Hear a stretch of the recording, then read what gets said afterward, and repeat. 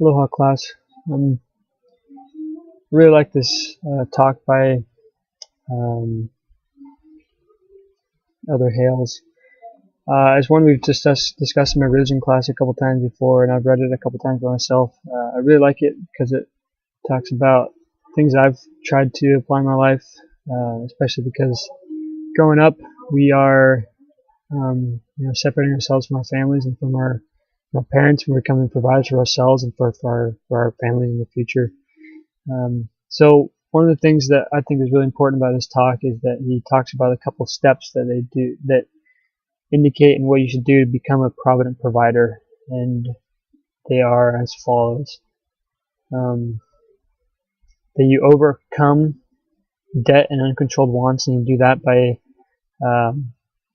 first practice living within your means, so you're not buying things that are outside of your budget that you have set forth, outside of your price range. Second, you are content with the things that you have. You're not jealous of other people's things and not seeking for more than you really need or want. You avoid debt, except for, I think there's two okay types of debt that I think is for an education and also for a home. And then lastly is saving for emergencies. Diligently saving for emergencies is what he says. So I think that's really important, really cool. And by doing so, to answer the second question, as you become successful in life and become a provident provider in life, you will be able to not only be able to provide for yourself and for your family, and have a well, comfortable life, but you will also be able to help others in need as well. And in return, this will help build the kingdom of God. I thought it was the cool story of President Monson, and how with his success in his life, and he served so many people, and throughout his whole life and the life of so many different widows he was able to take care of.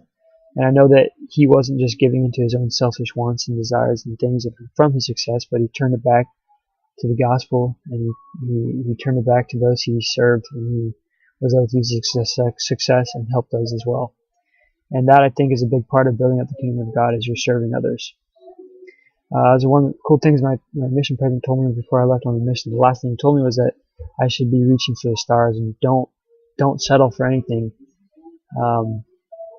He's basically telling me to be as successful as you possibly can, because the more successful you are in life, the more capable you are, and the Lord will be able to use you to help and serve other people.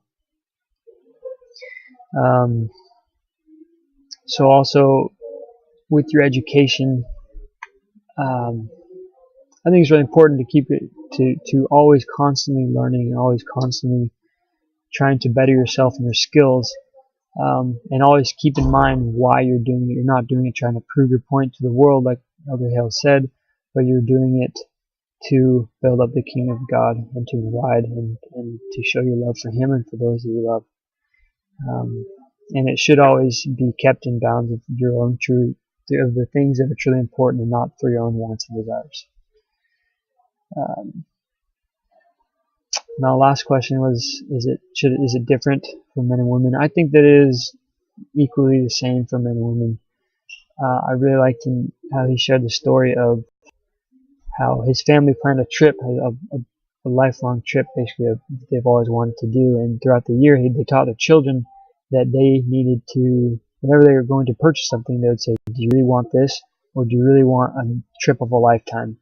And it was a really good lesson for them, and that they kept in mind what they really, really wanted in life, and not the simple things and the day-to-day wants and desires that might disrupt us from our true goals and things like that. So I thought that was important, and that men and women both have the same goals and the same mindsets, and they have the same responsibilities when it comes to being prominent providers. Even if the man is the main income, I guess you say, provides the income, or vice versa. Either way, it doesn't matter. But either way, they should have the same mindset, and that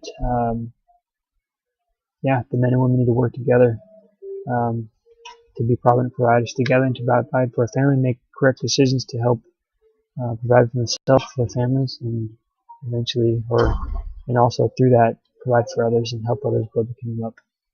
Thanks, guys.